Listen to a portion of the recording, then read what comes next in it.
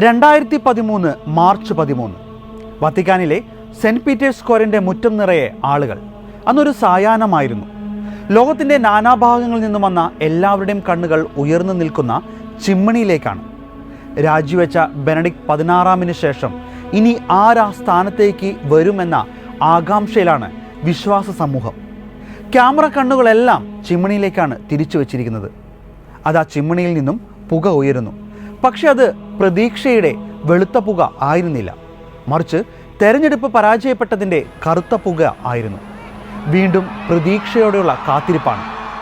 അതാ വീണ്ടും പുക ഉയരാൻ തുടങ്ങി. ഉയർന്നു വന്നത് കറുത്ത പുക പോലെ ആയിരുന്നുവെങ്കിലും പിന്നീടത് വെളുത്ത മേഘത്തെ പോലെയായി.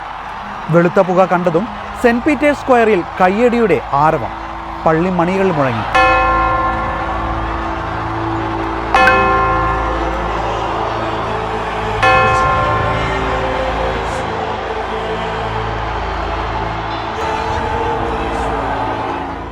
അതോടെ സെന്റ് പീറ്റേഴ്സ് സ്ക്വയറിലേക്കുള്ള ആളുകളുടെ ഒഴുക്ക് കൂടി. കാത്തിരിപ്പിനൊടുവിൽ പ്രോട്ടോ ഡീക്കനായ ഫ്രഞ്ച് കർദിനാൾ ടൂറാൻ ബാൽക്കണിയിൽ പ്രത്യക്ഷപ്പെട്ട് ജനങ്ങളോട് ഇങ്ങനെ പറഞ്ഞു: വലിയ സന്തോഷ വാർത്ത ഞാനിതാ നിങ്ങളെ അറിയിക്കുന്നു. നമുക്കൊരു പാപ്പ ഉണ്ടായിരിക്കുന്നു, ഹബേമൂസ് പാപ്പയും. കർദിനാൾ Bergoglio: Annuncio vobis gaudium magnum, habemus papam.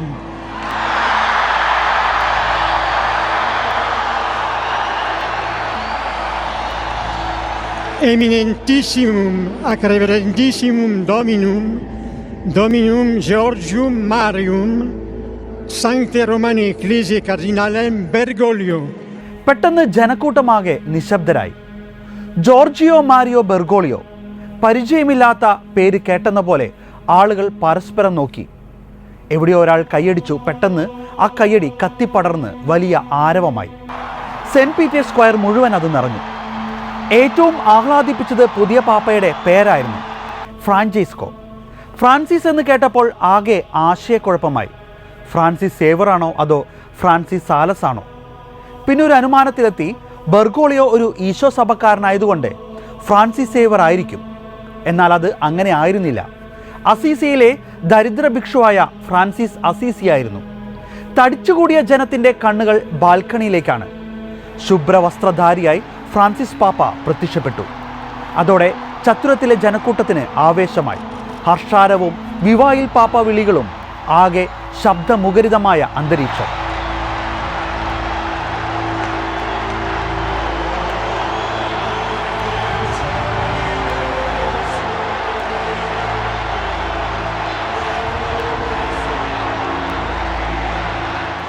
ഉയർന്നു പൊങ്ങുന്ന ബഹളത്തിനിടയിലും ഫ്രാൻസിസ് പാപ്പ ശാന്തനായി നിന്നു, ചെറുപുഞ്ചിരിയോടെ. എന്നിട്ട് പതിയെ വലതു കൈ ഉയർത്തി എല്ലാവരെയും അഭിവാദ്യം ചെയ്തു. അതോടെ ജനക്കൂട്ടത്തിൻ്റെ ആരവം ഉച്ചസ്ഥായിയിലായി. അന്നത്തെ ആ ശാന്തമായ പുഞ്ചിരി 12 വർഷം പിന്നിടുമ്പോഴും തുടരുകയാണ്. 2013 മാർച്ച് 13 മുതൽ 2025 മാർച്ച് 13, അതായത് ഇന്ന് ഈ ദിവസം വരെ മാർപ്പാപ്പ ശാന്തമായ പുഞ്ചിരിയോടെ പത്രോസിൻ്റെ സിംഹാസനം അലങ്കരിക്കുകയാണ്. പരിശുദ്ധപിതാവ് ഫ്രാൻസിസ് പാപ്പയുടെ 12 വർഷത്തെ സഭാഭരണത്തെ അനുസ്മരിപ്പിക്കുന്ന ഈ ദിനത്തിൽ പാപ്പയുടെ 12 സവിശേഷതകളെപ്പറ്റി നമുക്കൊന്ന് നോക്കാം.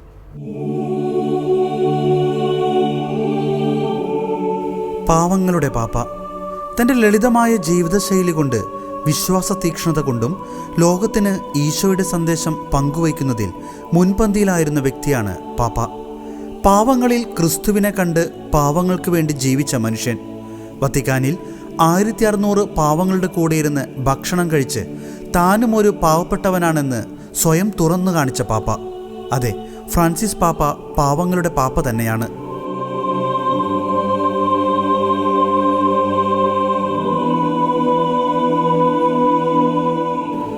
മാറ്റങ്ങളുടെ പാപ്പ.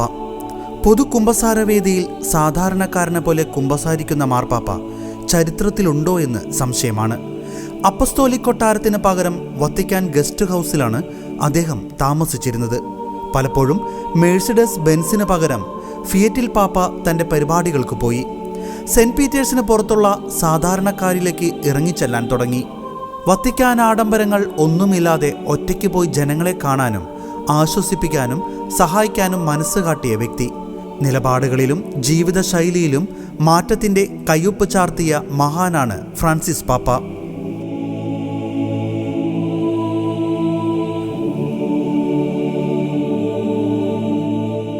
കരുണയുടെ പിതാവ്.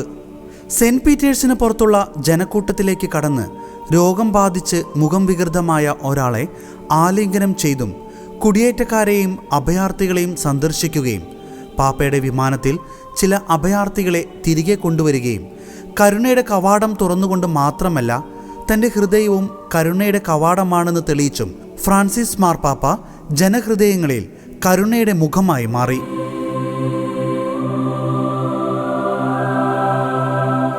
ലാറ്റിൻ അമേരിക്കയിൽ നിന്നുള്ള പാപ്പ. യൂറോപ്പിന് പുറത്തുനിന്നുള്ള ആദ്യത്തെ പാപ്പയാണ് ഫ്രാൻസിസ് മാർപ്പാപ്പ. കത്തോലിക്ക സഭയിൽ 26ാമത്തെ മാർപ്പാപ്പയായി ഒരു ലാറ്റിൻ അമേരിക്കക്കാരൻ തിരഞ്ഞെടുക്കപ്പെട്ടത് ലോകം മുഴുവനെയും അതിശയിപ്പിച്ചു. അർജന്റീനയിലാണ് ഫ്രാൻസിസ് മാർപ്പാപ്പ ജനിച്ചത്.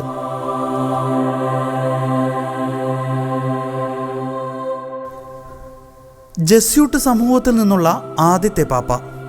ഒരു ജസ്യൂട്ട് വൈദികൻ മാർപ്പാപ്പയാകുമെന്ന് ഞങ്ങൾ ഒരിക്കലും കരുതിയിരുന്നില്ല. അത് അസാധ്യമായ ഒരു കാര്യമായിരുന്നുവെന്ന് ജസ്യൂട്ട് സമൂഹം പറഞ്ഞ ദിവസങ്ങളുണ്ടായിരുന്നു. എന്നാൽ സാമൂഹിക നീതിയോടുള്ള അഭിനിവേശം, മിഷണറി തീക്ഷ്ണത, വിശാലമായ ലോകവുമായി ഇടപഴകുന്നതിനുള്ള ശ്രദ്ധ, അവിചാരിതമായ പ്രവർത്തനങ്ങളെക്കാൾ സഹകരണത്തോടുള്ള ഇഷ്ടം എന്നിവ മുതൽക്കൂട്ടായിരുന്ന കർദിനാൾ ബെർഗോളിയോ പോപ്പ് ഫ്രാൻസിസായി തിരഞ്ഞെടുക്കപ്പെട്ടത് ജസ്യൂട്ട് സമൂഹത്തിന് അഭിമാനത്തിൻ്റെ ചരിത്രമാക്കി.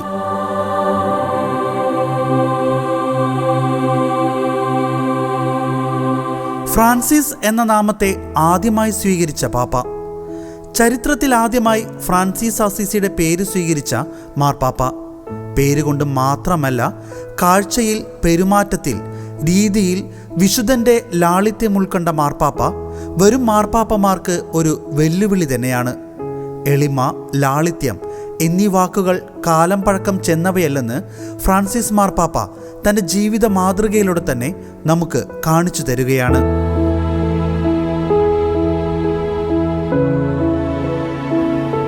കുടിയേറ്റത്തിൻ്റെ പുത്രൻ. സ്വന്തം രാജ്യം വിട്ടുപോകാൻ നിർബന്ധിതരാകുമ്പോഴും ദുഷ്കരമായ യാത്രയുടെ അപകട സാധ്യതകളും ക്ലേശങ്ങളും നേരിടുമ്പോഴും മറ്റു വഴികൾ കണ്ടെത്താതിരിക്കുമ്പോഴും കുടിയേറ്റക്കാർ ക്രിസ്തുവിൻ്റെ പീഡ അനുഭവിക്കുന്ന ശരീരത്തെ പ്രതിനിധീകരിക്കുന്നുവെന്ന് പരിശുദ്ധ പിതാവ് പറഞ്ഞു. കാരണം താനും ഒരു കുടിയേറ്റത്തിൻ്റെ പുത്രനാണെന്ന് തുറന്നു പറയാൻ അദ്ദേഹത്തിന് മടിയുണ്ടായിരുന്നില്ല. കുടിയേറ്റക്കാർ ഒരിക്കലും തങ്ങളുടെ മാനുഷിക അന്തസ്സ് മറക്കരുതെന്നും മറ്റുള്ളവരുടെ കണ്ണിൽ നോക്കാൻ ഭയപ്പെടരുതെന്നും അദ്ദേഹം സഭയിൽ പങ്കുവച്ചിട്ടുണ്ട്.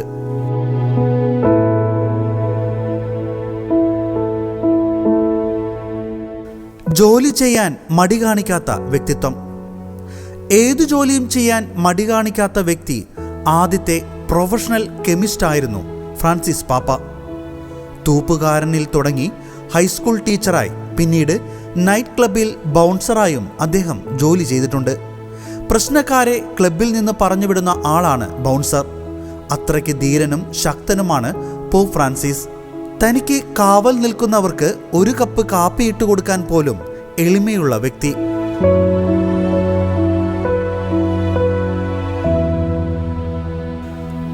നാല് ഭൂഖണ്ഡങ്ങളിലൂടെ സന്ദർശിച്ച പാപ്പ. പ്രായത്തെ കണക്കിലെടുക്കാതെ ഏഷ്യയിലേക്കും പസഫിക്കിലേക്കും ഇതുവരെ നടത്തിയതിൽ വെച്ച് ഏറ്റവും ദൈർഘ്യമേറിയ യാത്രയ്ക്ക് തുടക്കം കുറിച്ച ഫ്രാൻസിസ് മാർപ്പാപ്പ. Indonesia, Papua New Guinea, Timor Leste, Singapore എന്നിവിടങ്ങളിലൂടെ 32,000 കിലോമീറ്ററിലധികം സഞ്ചരിച്ച് തെക്ക് കിഴക്കൻ ഏഷ്യയിലേക്കുള്ള ഏറ്റവും ദൈർഘ്യമേറിയതും വെല്ലുവിളി നിറഞ്ഞതുമായ യാത്രയാണ് പാപ്പ നടത്തിയത്.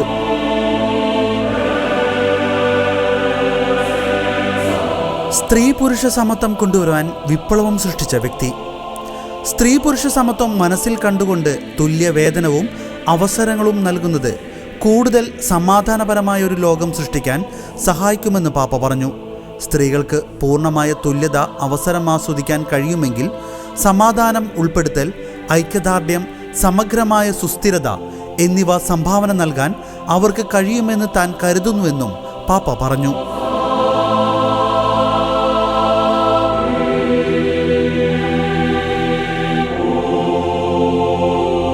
സ്ത്രീകളിൽ ഉന്നത പ്രാധാന്യം നൽകിയ പാപ്പ.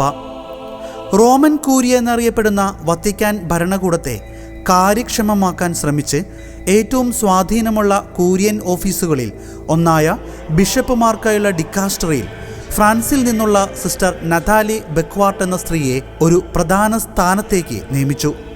മറ്റു വത്തിക്കാൻ്റെ പ്രവർത്തനങ്ങൾക്ക് സ്ത്രീകളെ ചുമതലപ്പെടുത്തിയത് പാപ്പ സ്ത്രീകൾക്ക് നൽകുന്ന പ്രാധാന്യത്തിന് തെളിവാണ്.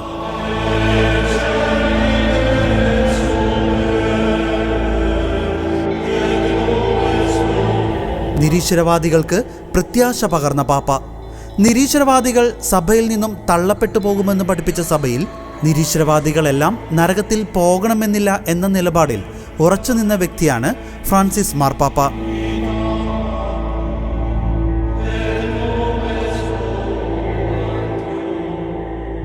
പന്ത്രണ്ട് വർഷത്തെ തൻ്റെ സഭാഭരണം പൂർത്തിയാക്കിയ പാപ്പ ഇനിയും ധീരതയോടെ പത്രോസിന്റെ സിംഹാസനം തുടരാനുള്ള കൃപയും പുതുലോകത്തിന് ക്രിസ്തുവിൻ്റെ മുഖം കാട്ടി വിശുദ്ധിയുടെ രൂപമായി തീരാനും വേണ്ട ശക്തിയും ഉണ്ടാകട്ടെ എന്ന് നമുക്ക് പ്രാർത്ഥിക്കാം. 12ാം വർഷത്തെ നന്ദിപൂർവ്വം ഓർക്കുന്ന ഈ ദിനത്തിലും പാപ്പ റോമിലെ ജമേലി ആശുപത്രിയിൽ തന്നെയാണ്. രോഗാവസ്ഥയിലായിരിക്കുമ്പോഴും തൻ്റെ അജഗണത്തെ ഹൃദയത്തോട് ചേർത്ത് പിടിച്ച് സഭയ്ക്ക് വേണ്ടി പ്രാർത്ഥിക്കുന്ന പാപ്പ എത്രയും വേഗം ആശുപത്രിയിൽ നിന്ന് തിരിച്ചു വരാൻ വേണ്ടി നമുക്ക് പ്രാർത്ഥിക്കാം. വിവാ പാപ്പ, വിവാ പാപ്പ, ഇനിയും സഭയിൽ ഉണരട്ടെ.